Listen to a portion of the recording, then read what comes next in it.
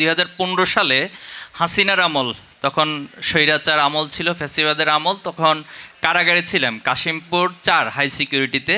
তো আমাদেরকে যখন কারাগারে প্রিজন ভ্যানে কোর্টে নিয়ে আসা হতো পুরান ঢাকায়, তো আনার সময় আমরা দেখতাম যে গাড়িতে ইয়াবা সেবন সব বিভিন্ন মাদক গ্রহণ করতো।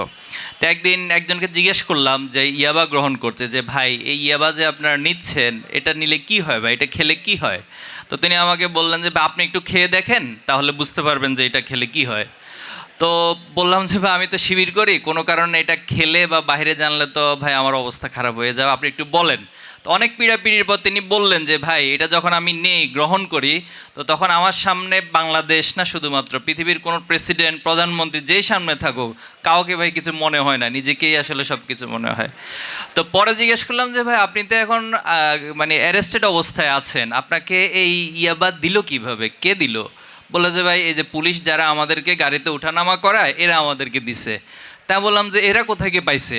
বলছে ভাই আমি যে ইয়াবা মামলায় গ্রেপ্তার হয়েছি আমার কাছ থেকে যে ইয়াবার পিসগুলো পাইছে এগুলো মূলত ওরা তখন রেখে দিছে, আর এখন একটা দুইটা করে করে আমাদের কাছে বিক্রি করে। লোডশেডিং কিংবা ঘরের বাইরের তীব্র গরমে ওয়ালটন রিচার্জেবল ফ্যান থাকলে থাকবে শুধু বাতাস আর বাতাস। তো এই হলো আমাদের বাংলাদেশের একটা চিত্র। আমি বললাম ইয়াবা মামলায় গ্রেপ্তার হয়েছে, আবার ইয়াবার সে গ্রহণ করতেছে প্রিজন বসে বসে, আবার প্রশাসনই হচ্ছে তাকে সেই ইয়াবাগুলো সাপ্লাই দিচ্ছে।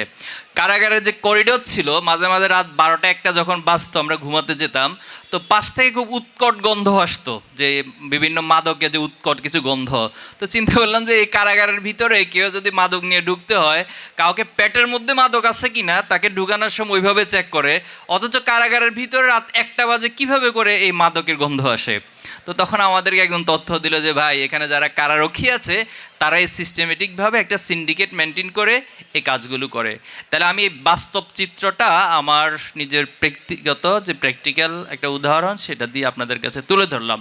তো এই বাস্তবতার মধ্য দিয়ে আমাদের মাদক ব্যবস্থাপনা চলছে বৈশ্বিকভাবে, যেটা টোটাল সারা পৃথিবীতে 6% মানুষ, প্রায় 316 মিলিয়ন মানুষ কোনো না কোনোভাবে মাদক গ্রহণ করে।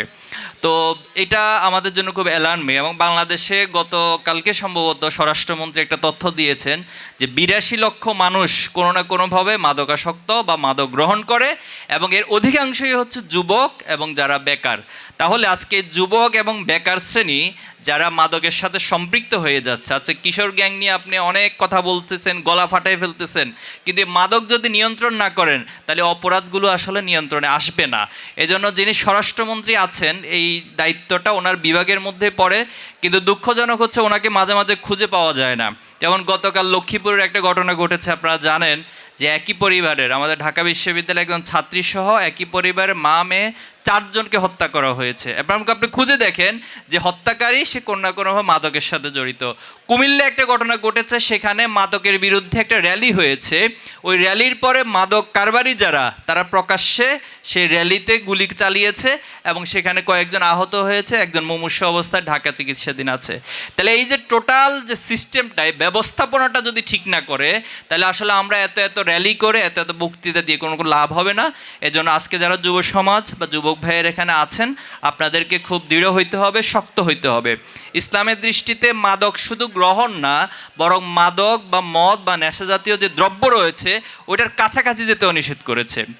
ইবনে মাজার একটা হাদিস আল্লাহ সাল্লাল্লাহু আলাইহি ওয়াসাল্লাম বলেছেন 10 শ্রেণী যারা মাদক প্রোডাকশন করে, মাদক সেল করে, এরপর এটা পরিবহন করে অথবা হচ্ছে এটা বিক্রি করে, এভাবে করে 10 শ্রেণী যারাই মাদক এবং মদ নেশার সাথে জড়িত সবাইকে আল্লাহ সাল্লাল্লাহু আলাইহি ওয়াসাল্লাম অভিশপ্ত হিসেবে উল্লেখ করেছেন।